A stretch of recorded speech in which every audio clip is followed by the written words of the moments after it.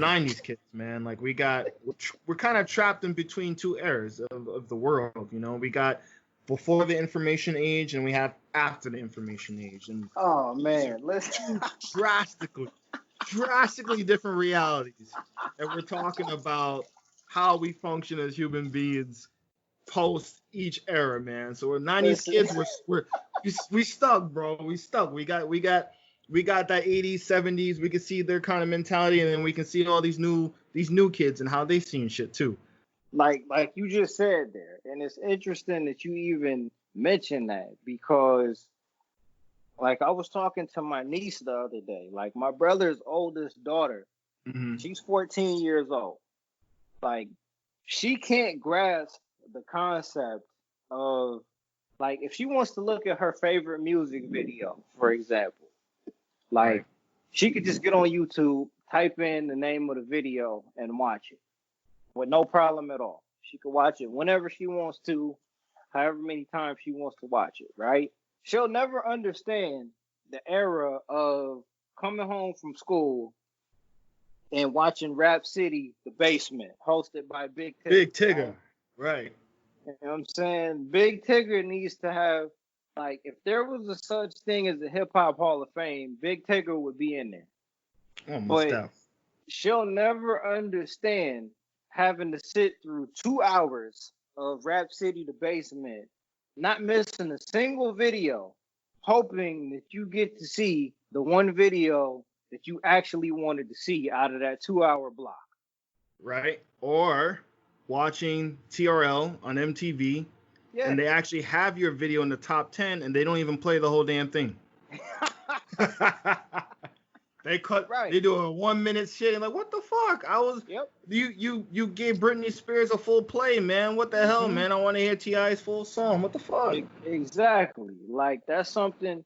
And when I try to explain that to her, she finds that like she's actually interested in that. Because I mean, you really had to make a decision on what you were gonna do that day. You had to make the decision between either you was gonna play the game when you got home from school for 2 hours. You're gonna do your homework before your mom got home from work that day, or you were just gonna say fuck it and sit through the whole 2 hours of Rap City with the commercials in hopes that you would see maybe one or two music videos that you actually wanted to see. Or if your favorite rapper was on Rap City that day, hopefully they get in the booth and actually spit some shit that you could talk about the next day when you go to school. Right? Or let's talk about. I mean, we didn't even go. We could take it from here, dog. So, for the most part, there is a general, undoubt, like, how am I put this in words? The Saturday morning cartoon lineup for about 3 generations unifies about 3 generations of people in this country. I'm not sure about the world, but for the United States of America. As a kid, this is all we all share this childhood memory from if you were born in the 70s, 80s, 90s. After that, I don't know. But for as a kid growing up, yeah, go ahead. Saturday morning cartoons, man. R.I.P. I don't know when they ended it. These kids these days, they don't know about. All they think they can get it immediately on their device. If you missed that shit, if you missed a new episode of X-Men, it was a wrap. Fox Kids, that was a wrap. You're like, I don't know what happened.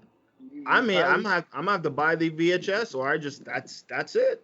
Either that, or I'm not gonna see it. Right.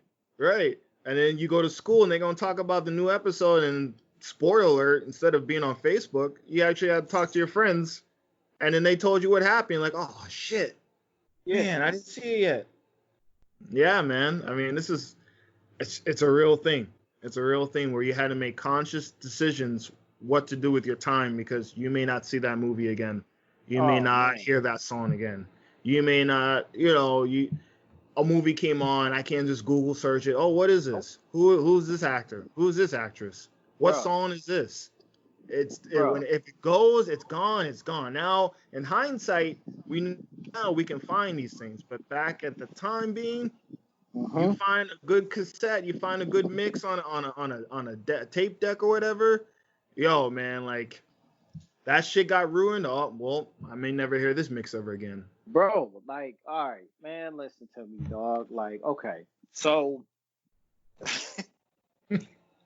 Go ahead, man. Dragon Ball Z, right? Right. We want to talk about some decisions right here. Okay, like Dragon Ball Z, obviously we know that it came to the West late.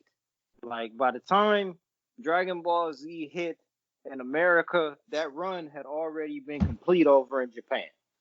True. So Yep. they were backlogged with enough content to where you got a new episode of Dragon Ball Z every day of the week. Yep. Every single day of the week, you got a new episode of Dragon Ball Z. Like, I tried to explain this to my niece also because she is mildly a fan of anime.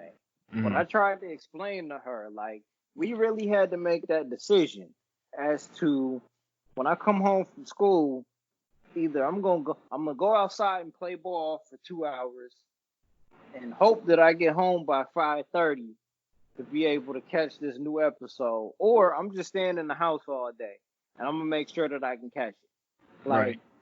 I didn't want to miss a single second of Dragon Ball Z. I didn't want to miss 1 second when they said there was a new episode, bro. Like, I still remember to this day watching every episode of the Namek saga up until Goku and Ginyu switched bodies, and then they switched it over from the Ocean dub to the Funimation dub. Oh man, you want to talk about wait time? And then went back to day one. They went back to day one, and I just remember thinking, like, why the fuck is the voices different on this shit right here? You know what I'm saying? Shout Like, out to the Ocean dub. Yeah, up to a certain point. Yeah. Like, I just remembered. I remembered that. And then when they went back to episode 1, it was like, why did they do this shit? And then, ever since then, it's only been the Funimation dub here in the West. Unless you live up in Canada. Right. Like, yeah, that's man. that's the kind of shit that we actually lived through right there, bro. There was no binge watching. There was no binging. There was no marathons. When the DVD collections came out, that shit was like, oh my god, we can get all this shit and watch all this shit at one time. Like that shit was mind blowing to us. All these DVD season collections and cases when they came out early 2000s or whatever. Dog, you remember when the DVD first came out? Like, yo. Yeah, go ahead, dog. Oh man, I was saying my first DVD, my family's first DVD was The Mummy Returns, man. And bro, popping that disc in, seeing all the special features, the way the menus animate, they don't do this shit anymore because it costs too much money. Because now they just have still photos and shit, no music in the background. Everyone's cheap as fuck with their production, but back in the day, that's because nobody buys DVDs anymore. But yeah. I mean, Blu-rays too. Their DVD outperformed Blu-rays in terms of extra features and services and all that shit. But that's a discussion. The Blu-ray, VHS format wars and all that shit. They basically gone cheap on all this shit, and they don't even put effort into making them worthwhile. But yeah, the jump from VHS to DVD was like mind blowing, man. That shit was a game changer, dog. Game changer. I mean, like you do. You mean no more rewinding tapes? I can press this button and go to the scene I want. Holy shit! Like, bro, there were you really the true test of your patience. You know what I'm saying? Fuck waiting on somebody to reply to a text message, right? Because now you send somebody a text message, you see the 3 dots while they're reading your text, and you wonder if they're gonna text you back. Like, the true test of your patience would be waiting for that tape to rewind all the way to the beginning. Oh yeah. Like, that was the true test of patience right there. Like, as a kid, like as a 6, 7, 8-year-old kid, if I knew how to rewind the tape all the way to the beginning, I think that's the equivalent of being a kid now and knowing how to work a tablet. Pretty much, yeah. Well, it's deaf, man. And then your tape fucked up, and the man. oh man, it's a wrap. Like Right. when you heard that crunching sound of the tape getting ate up by the VCR, bro, it was a wrap.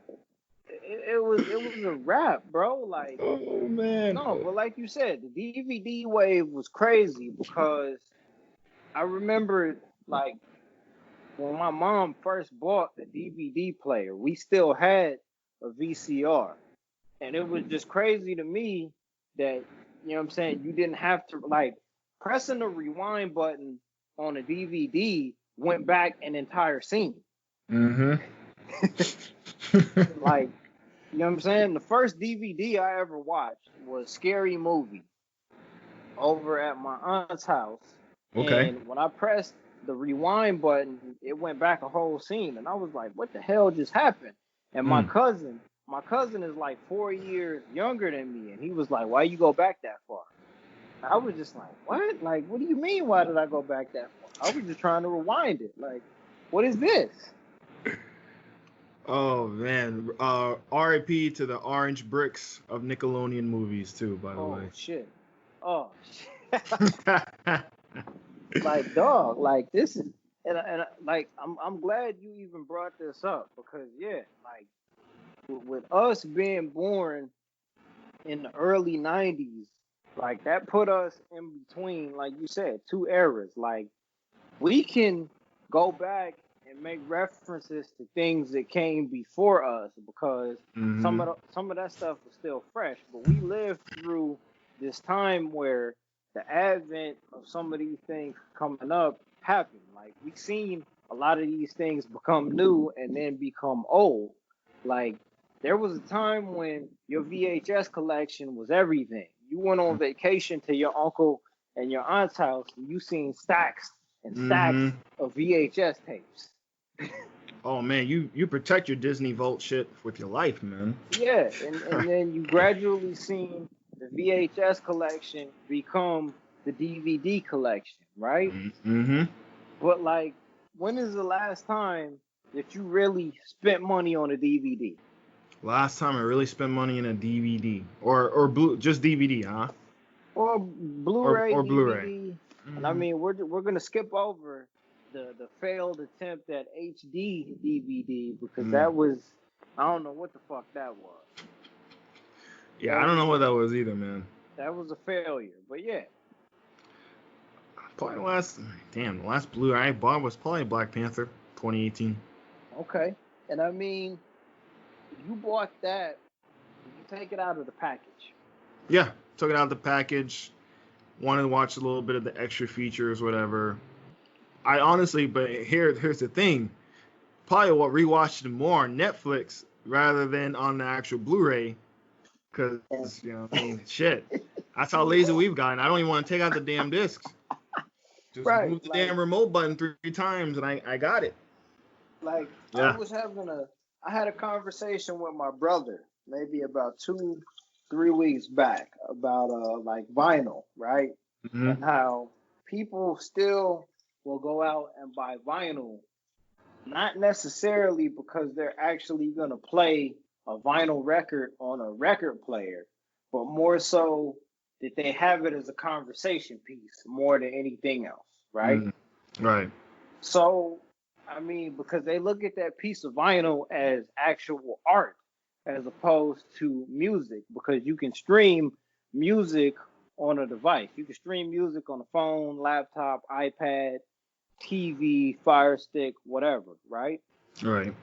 But do you think that it could get to the point where Blu-ray and even DVDs, because DVDs is dead now, but like to where Blu-ray would even be treated like that, to where, you know what I'm saying, you got some people over visiting you and you got that Blu-ray package version of Avengers Infinity War and Avengers Endgame still in the package, just so that y'all can have that as a conversation piece, even though you could watch it on your Fire Stick or whatever device that you have. Like, is it to the point where the physical copy of a piece of media is more of a conversation piece or a piece of art than it is as a piece of entertainment? Damn. All right, we're going in on this second part here. Yeah. You know what? I would have to say, I think with Blu-rays being a conversation piece, being viewed as a piece of art, not quite yet. I would Hmm. with wax vinyl records have been around since, let me say, what am I going to say, the 30s, 40s, Right, that on, predates on us. right, that predates us. So that medium, that physical medium, has 40 plus years of history.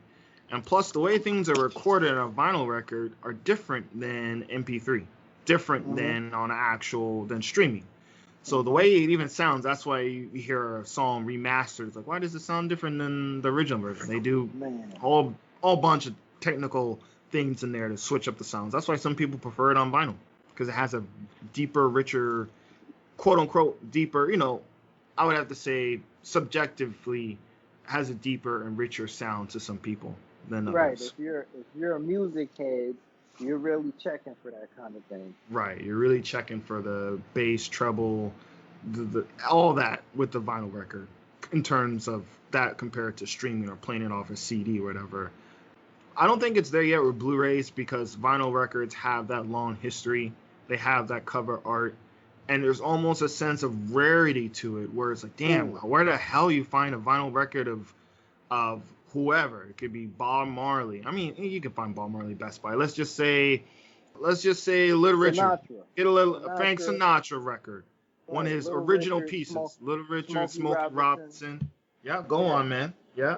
I mean, my mom somewhere, I promise you, bro, I'm not even making this up. My mom has a vinyl copy of the Thriller album somewhere. Oh yeah, that Thriller is the best-selling fucking album of all time, I think, in Right. record, yeah, in history. I mean, yeah. So I mean, what happened if you got an original Louis Armstrong vinyl record, bro, with the art? I mean, Hmm. dog, that shit belongs in museums. So there is that art and history and richness to it with vinyl records. Blu-rays, not so much. So not yet. I think you're Okay. gonna we got some time before Blu-rays get there. And I mean, retro collecting is a big thing. Video gamers do it. They retro collect 80s Atari games, 90s games, or whatever in the same regard. Try to keep it in complete form. I think physical media itself is kind of going away to digital, and I think eventually, I mean, all this shit, dog, is gonna be like, why release this shit on Blu-ray, man? Just buy the damn thing digitally, and here you go, and it'll be Okay. accessible to all your devices. I mean, that's just the natural. I wouldn't say it's natural. It's just the way we are progressing towards, the way we are heading towards is physical media being dead, and then with this new era, it's just MP3s, whether it's your books, you're getting your Kindles, less physical print. I think companies are finding ways to kind of find get more profits off it digitally than being it released physically. Okay. Yeah. So again, then, so that goes back to kind of what my original question was. Then, so will we ever get to a point where, again, so having that vinyl copy record. Let's say you got a vinyl copy of the Chronic, or Okay. you got a Oh yeah. vinyl copy of the Doggy Style album, The right? original '93 version, not the Right. 2000 something reprint. So that's that. Okay. So at what point do we get to where having a Blu-ray copy of Black Panther or a Blu-ray copy of the Dark Knight Rises or a Blu-ray copy of Endgame? At what point do we get to where having that physical copy of that preserved on Blu-ray becomes an actual piece of artwork? Because you see what I mean? Because like Yeah. you said before, you have Black Panther on Blu-ray, but right now I could log into Disney Plus and watch Black Panther digitally.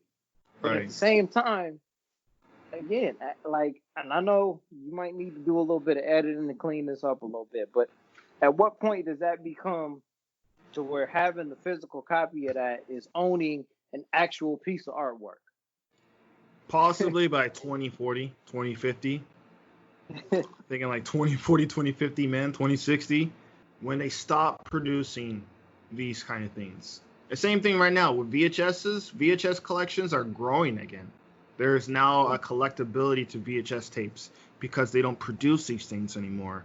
So when it becomes rare, when it becomes a rare commodity, that's when we will view these things as art. That's when it'll be more prized and valuable. When it's when it's no longer mass produced, and it's rare, that's when you get the demand and the spike and the view of it as being art and the collectability toward it. No one wants anything that anyone can have. If you can go to Walmart and buy something, there's no like, okay, big deal. Even if it's something pricey, it's like, okay.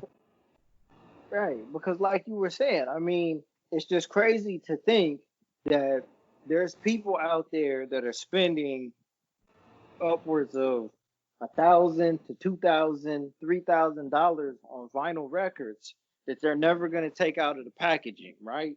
But CDs, physical release versions of CDs came and went.